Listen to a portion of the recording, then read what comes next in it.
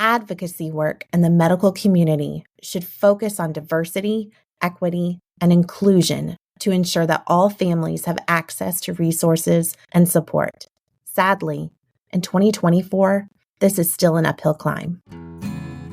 Welcome to Wondercast, a community collaborative podcast supporting families navigating the complexities of chronic illness. Today, I am delighted to share Ashley Dedmon with you, trained research advocate, brilliant thought leader, author of The Big Discovery, and founder of the social platform Pink Legacy 50/50. Join us today as we discuss resources and how this incredible leader is supporting the medical community by advocating for inclusive and culturally relevant resources for families facing cancer. This is Ashley. Hello, my name is Ashley Dedmon.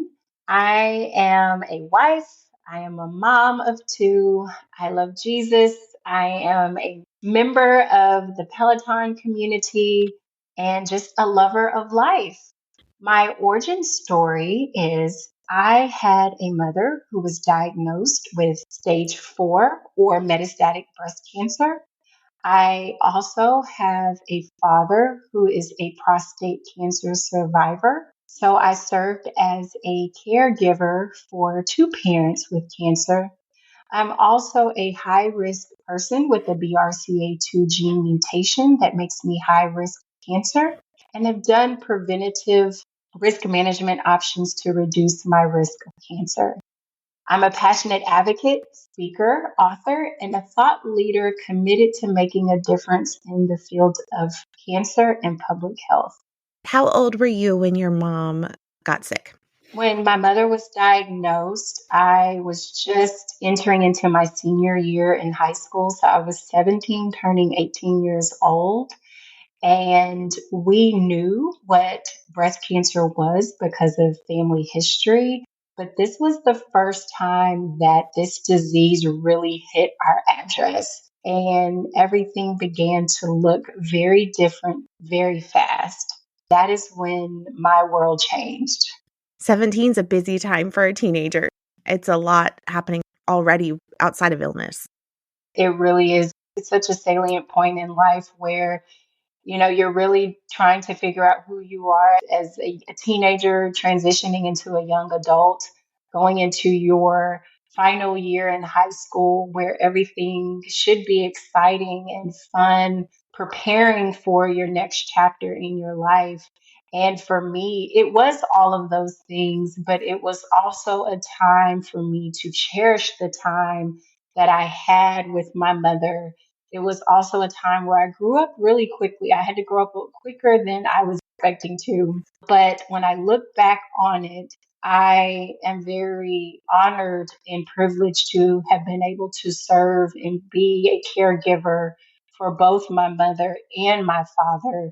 I really believe that their experiences really empowered me to be the advocate that I am today and to be able to advocate for others, and also to be able to encourage and empower other young individuals to advocate for their health and the health of their young ones as well. There's no age for being a caregiver. Being a caregiver can be at any age. Even our four-legged friends are also caregivers for us. They provide us support as we go through the many walks of life and the many challenges of life. While I was young, it definitely was an experience that really helped to shape the person that I am today. So you talk about advocacy and you do some of the most beautiful work in this area of care. Do you want to share about some of your projects that you've been doing? So I have a platform that is called Pink Legacy 50/50. I launched it in 2017. Pink Legacy is not a nonprofit, but it is a social breast health platform where my mission is to inform the community about breast cancer and family history, to engage with children, patients, caregivers, and the scientific and medical community, and community-based organizations to address disparities and advance equity.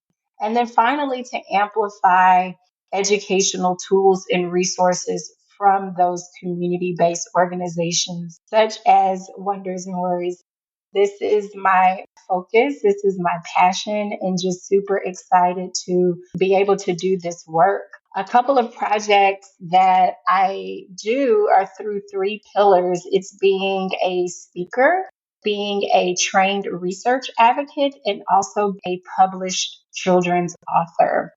I'm an experienced speaker in addressing public health disparities and promoting diversity, equity, inclusion, access, and belonging in the space of public health, and definitely double clicking in the cancer space. I enjoy speaking in the community to families and children and other medical and scientific professionals about the importance of not only a breast cancer diagnosis, but also being able to incorporate the components that make up the total patient, highlighting and amplifying the importance of when working with persons who have been diagnosed, also taking into account their family, their social and emotional environment, their physical environment, any challenges or barriers that are a hindrance to access to care.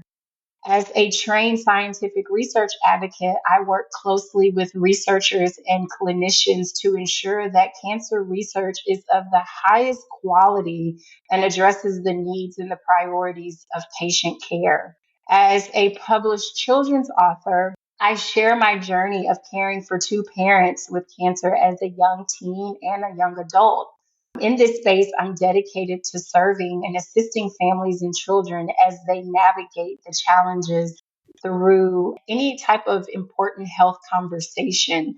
As I look at evolving as a published children's author, I have really launched that into Pink Legacy Kids, where we focus on health conversations for my family, for my health. And so far, I have published one children's book entitled The Big Discovery. My second book that will be launched in May of this year are entitled The Big Family Trip. And that focuses on discussing the importance of family health history with your family members. I was privileged enough to read The Big Discovery, and I loved it. As a child life specialist, this is something that really touches my heart because we can see firsthand how much we use resources like bibliotherapy to help children understand concepts that many deem too heavy or too big for kids. But when given the opportunity to break it down or put it at a language that is at their level and complement it with these beautiful images that your book provides as well, just to help them understand and process, kids can get the information. They can be one step ahead. And I love that this platform allows for that level of advocacy. Absolutely. It's so important that we create the resources and the opportunities for children to learn. I'm a former K through 12 health teacher and curriculum writer. When kids encounter new experiences, new words, they encounter new information, it is done at a very delicate, appropriate level where they're able to take in the information and process it just as adults do. If we take information that we receive as adults and don't take the sensitivity and the fidelity to deliver it to our young learners in the way that they can, we've done them a disservice. It's unequitable, and we really set them up for having to process life-changing information in an unequitable way. And so I think it's important that we create resources where we are being able to deliver this information in a childlike way and also in a cadence in which they can actually take it in and process it. I adore this book also because I feel like in terms of literature writing for children, especially on a medical-based level, so looking at, diagnosis, education, or just introductions of this is cancer, this is heart disease. We have a book series that we've been launching through Wonders and Worries, and we've noticed the disparities that lie between having representations where the dad is ill, for example. There's not a lot of books out there for kids where it's not about the mom. Also, the inability to show different family structures, people of color, people of different cultures. And I love that this book brings that in as well. That's what makes the content so rich, because you're not only putting the words in, but you're also putting the representation, which is so important for some of our families that they don't see that in the literature that's available out there right now. You're correct. When you look at breast cancer affects persons from all walks of life, but we have to acknowledge the disparities that exist within different communities. According to research, Black women are 40% more likely to die from breast cancer. We are more likely to be diagnosed with later stages and more aggressive forms of breast cancer at younger age compared to our white counterparts. And by creating a book that has African American representation, and I really believe that this book is a universal book for all persons. My goal was to bridge the information gap and provide culturally relevant resources to empower families facing this diagnosis. I believe that by providing resources, in this case tailored to Black families or any family, we can empower children, families, and communities to overcome this disease together. The Big Discovery serves as an educational tool to assist children and families navigating through a breast cancer diagnosis, to foster a difficult conversation that a mother could have with her child or children, to really help them understand the importance of early detection, genetic testing, diagnosis. In this book, in The Big Discovery, I was very intentional to introduce the treatment process, but really leave it open so that families can navigate their own options and make informed health decisions. I was very intentional in The Big Discovery to not diagnose the mother with a stage or subtype of breast cancer, but just to diagnose her in general with breast cancer. And that's because every woman is unique and different. Every breast cancer diagnosis is different. And as well, every treatment process and pathway is different. And I really also believe, as a children's author, that is the parents and the family's space to then go deeper into the conversation and share the information that they want to share and deliver it in a way and in a cadence that they feel is appropriate for their family. Which I think is so important. That's what makes it such a great tool, is it's not telling you this one child's story. I see it as opening a window. It's opening a window into a very important discussion.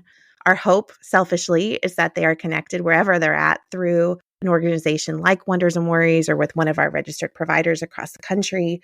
So that way they have somebody helping guide those conversations that specialize in age-appropriate discussions of care and information. But if not, they can always call our helpline. A subtle plug for our helpline. They can always call that and we can help connect them to somebody in their communities, because we do have that national reach now, which is so incredible and so helpful.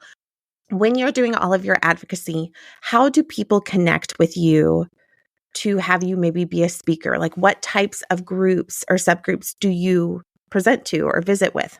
That's a great question. I really am very blessed to be able to diversify my speaking, and that's really coming from my experience. While I'm an adult now, I am able to really connect with parents to really help them understand, possibly, because every child is unique and different. When you hear one person's story, you've done just that. You've heard one person's story.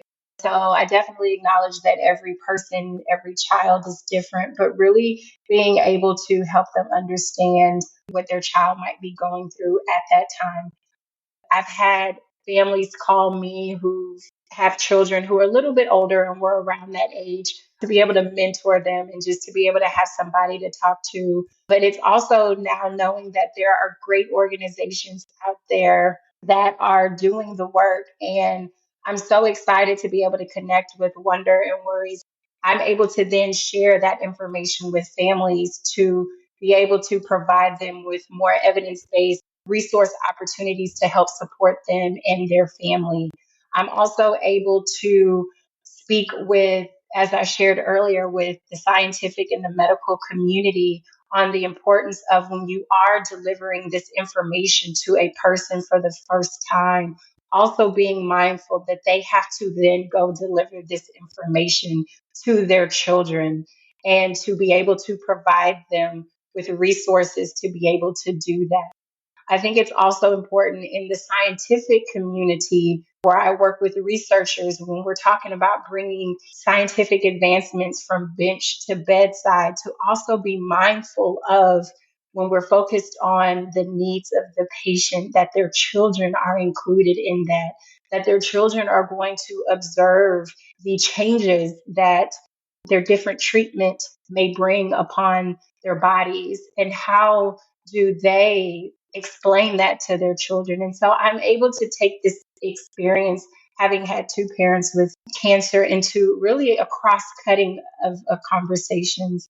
When I created the Big Discovery, it was important that I first shared this as a personal family story. This is what my family dynamic looks like. But as I continue to create the big series within the Pink Legacy children's series, is really understanding and being intentional and having to learn outside of my norm, making sure that every book looks different and it has different representation for each family dynamic, whether it be older children, younger children.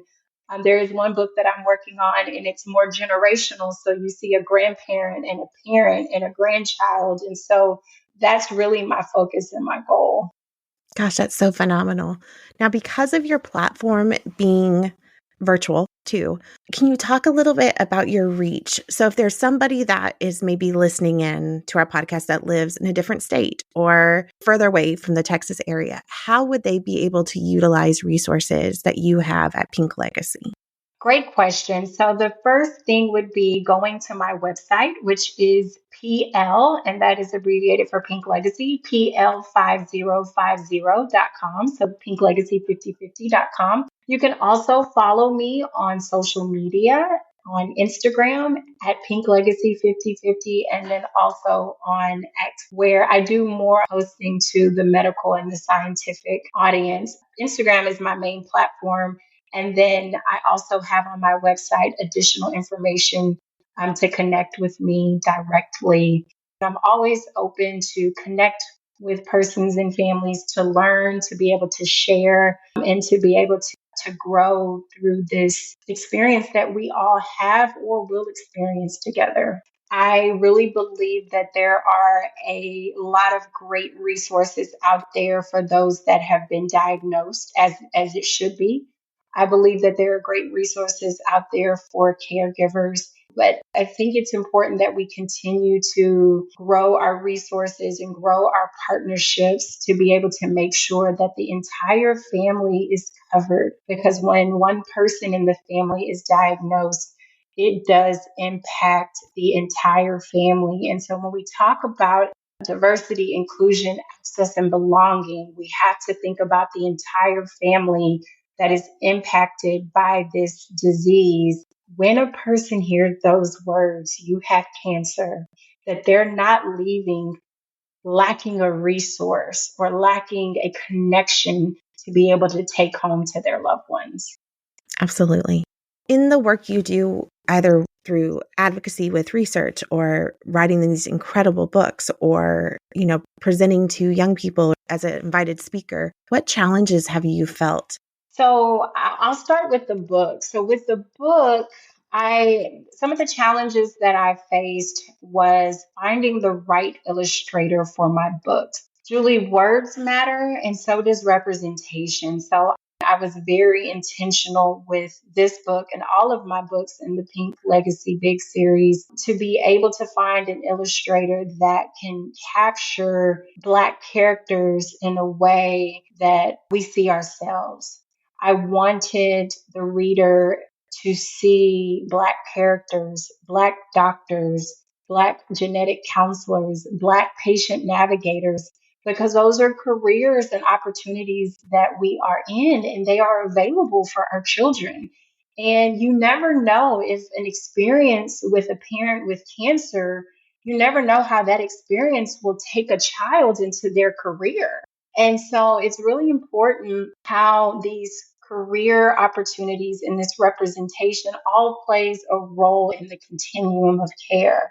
I wanted to create a storyline where young readers could connect to Elise, who is the main character, and see themselves in her or as a child in general.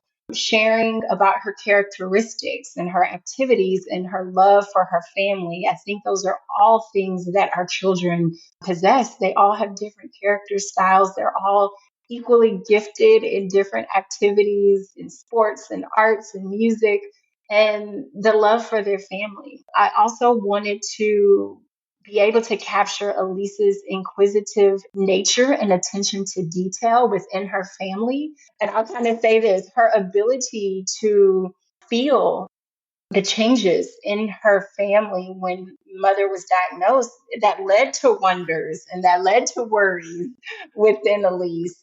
And as I shared earlier, I wanted to show the family unit, but I also know that every family can look different in its makeup and background. Particularly, the big discovery represents my personal story. So it represents a resemblance of my family. Very intentional about making sure my books are diverse within the family unit. I also wanted to use medically accurate child centered terms within the big discovery. And so that was a challenge. I wanted to be intentional. When I introduced a new word, I made it in all caps. And then I immediately defined the word for the young reader so that they were able to understand the word and they were hearing. So mammogram, ultrasound, malignant. What are all of these words and what do they mean? Because they're new words. I also wanted to be able to capture medically accurate images as close as possible because when our children hear terms like mammogram, well, what is it? And so being able to show them when mom said she had a mammogram, this is an image of what she received. When mom is saying that she had to get an MRI, well, first, what is that? And what does it look like? And so when we are trying to explain this information to our children, we have to equip them with as much information as we can. And I believe words and pictures matter. And finally, I wanted to create within the Big Discovery interactive resources for the entire family, having worksheets for the kids that the family could do together, having conversation starters, having stories from women who have been diagnosed. I'm undiagnosed, so bringing in the stories of women who have been diagnosed and sharing with the reader how they told their children. And so my book has two audiences. It's the mother and the caregiver, and then also the child. I think that was such a beautiful way to capture that. Absolutely. And I think you shared early in the book, Elise walks in on her mom performing her monthly self breast exam. And I wanted to be intentional because my kids walk in on me all the time. And I'm like, our space, we have guardrails, we have boundaries. And as when they're younger, it's like they violate them. They get older, they understand, if I'm going in mom's room, let me knock on the door. But I have a toddler and she just barges into my room. And so I wanted to make sure that the story was realistic of how our lives are. Our children are amazing, but they invade our lives. When they do come in and walk in on us, they see things that we have to be prepared to answer in that moment. In the story, it was a norm for Elise to see her mom do her self breast exam. But this time, the countenance on mom's face was different. And Elise picked up on that. And she asked her mom, and mom knew then my child notices a difference. And I'm going to, at some point, have to share and validate what she observed and maybe concerns that she has that what she observed was correct. And I might not have the words right now, but I do want to take the time to get more information for myself so that then I can go back to my daughter. Absolutely. Now, if people are looking for your book, how do they find it? So they can go to my website, pl5050.com, and they can also go to amazon.com. And I have my first edition and my second edition both on Amazon. That's perfect. Do you locally ever do like book signings, or has that part already passed for this book and maybe something to look forward to for the big trip when it's released in May? So, with the first edition of The Big Discovery, I did have a book signing. I have also gone into several elementary schools and middle schools to be able to do story time or to read this book, especially during the month of October. I have also done mother and daughter events at dancing schools and gymnastic schools to be able to have conversations initially with mothers and daughters. But I think it's also important we have these conversations with all of our children. That was with the first edition. The second edition, now that it was just launched in November, so it's being able to continue to get the word out about the big discovery and begin to be open to opportunities that may come my way to be able to share this information. And with the big trip, I wanted to be really intentional to launch it in May because that's right before we go into the summer season and we go to family reunions, to be able to normalize the conversations that while you are around family and you're traveling this summer, let's have those conversations, and not just during the summer months, but year round. Now I'm working on the back end to make sure that I continue to expand the big discovery in different bookstores online and in person, as well as in other educational settings here within the Houston area. And I think too, it's one of those things where you may not need the book, but Julie, we all know at some point in time, we're going to know someone who is going to need the big discovery and other resources like it. I've even had a lot of people who needed the book retrospectively, where somebody was diagnosed maybe a month ago, but they haven't told their children, or they told their children and they don't know if they told them the right way. And so they've gone back and used the big discovery retrospectively to be able to then go back and have a more child-centered conversation. And we will make sure to link your website, your platforms, tag you on our social media so that people can find you easier as well. When I look at the big discovery, it helps to start the conversation. But Julie, you and I both know it's not a one and done conversation. It's ongoing. It has to be delivered with delicacy and finesse. And the cadence is so important. And so I'm so grateful for my parents for sharing with me as much information as they did. It really helped me to keep my hope and my faith. But they also did a great job preparing me for the outcome that they knew that I did not know. I just appreciate them because they then helped and planted a seed to help me to become an adult who was able to advocate for herself. And now I'm passing that information generationally down to my babies. This is something that we hear all the time from families that we're connecting with through Wonders and Worries, that their biggest fear is that the information will rob their children of their childhood or take their hope away. And I love that while you didn't know at your age that her diagnosis or her prognosis was end of life care, I love that they continued to partner with you throughout the diagnosis. So as changes were made, there was that ongoing communication to say, this is what's going to be different now. So that when you did reach the space that was more end of life care, you were prepared for it and you were having that ongoing dialogue and you could see the changes and be able to see like, yes, this feels different than before. But you also had your hope the whole time. I think it's such a beautiful balance that they did to help you feel safe and supported. Absolutely. I remember one particular time I was in college at this point. I would come home and spend time with my mom after chemo. And my dad gave me $100. Why are you giving me money? He said, I want you to go to the store and I want you to buy as many wedding magazines as you can. And I want you to spend time with mom this weekend, as I did every weekend. He said, but I want you to plan your wedding. And I'm like, huh? What are you talking about? He said, she'll like it. He's like, y'all just go and get magazines and sit in the bed and, clip out pages. And so that's what I did. Went to the store, got about 15 wedding magazines, came home, and we sat in the bed literally from Friday to Sunday, and we watched TV and we ate and we went through the wedding magazines and we talked about color palettes and we talked about boys and we talked about what my husband was going to be like and we talked about bridesmaids dresses. Looking back on it, I know my mother cherished that memory with me. I know It was something that she was wanting to do, but she knew she would never get a chance to do. So I'm grateful for my father for creating that chance and creating that opportunity for her. And I'm also grateful because it helped me, because when I did get married several years later, I had that shoebox, Julie, that I was able to go to and pull from.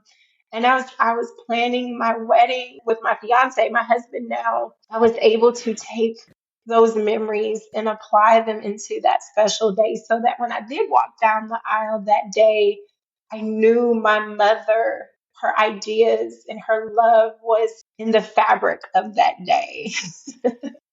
That is such an important role that supporting caregivers can play for their person who's ill, their special person, because I do believe that there are still ways to maintain hope, but still have these legacy opportunities, be it letter writing or family portraits or planning a wedding. Even if you're not focusing on the fact that they won't be here, active way to just infuse that legacy, because you're right. That is what your father was intentionally doing, was infusing that legacy for your mom, yes, because it was a special thing for her, but also for you.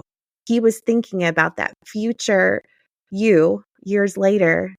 We get so swept up in the treatment cycles and I don't want to go there because then that's going to rob me of my hope. But putting that legacy and look at the beautiful gift that it allowed for later. I really think it has helped me even now to carry that legacy, hence the platform Pink Legacy, because legacy is so important, to carry that through my girls. And when we talk about legacy, Julie, it's the good and the bad. It's Yeah. talking to my girls about how amazing their grandmother was, but also talking about family history and helping them understand, she had metastatic breast cancer and she passed away from complications from metastatic breast cancer. And those sometimes are the conversations we don't want to have, but they're so necessary. Knowing my mom as a educator, I always say that a mother would truly give her life for her children. Because had my mother not been diagnosed, had she not passed away, Julie, I would not know that I carried this mutation. It wouldn't have prompted me to advocate for my health. And my husband and my girls could have lived their life without me. And so when I think back on my mother and her legacy and being an educator, she made the sacrifice because we learned from her. And that learning will be passed on generationally to her grandbabies. It's such a beautiful way of looking at it. And I love that concept of your daughters are their mother's daughter, their grandmother's daughter. Like there is that rich connection, even in ways that they've never known. It's just, you're right. What a beautiful It gift. is. It truly is. It truly is. At the very end, the last sentence of the book is, I gave my mom a hug because I believe she needed it more than me. And I think a lot of times, again, I'm undiagnosed, but I am a mom. And sometimes we need our children's love and we just feel like the information that we're sharing is just going to crush their worlds. But we know that when we share this information and we come together to embrace that, it warms our heart. It does us good. And we need those cuddles and hugs and love from our babies too, because we just want to make sure they're all right. Thank you for tuning in to our podcast today. Please subscribe and continue to check back as our content is ever evolving. For questions or specific content-related requests, please send an email to podcast@wondersandworries.org.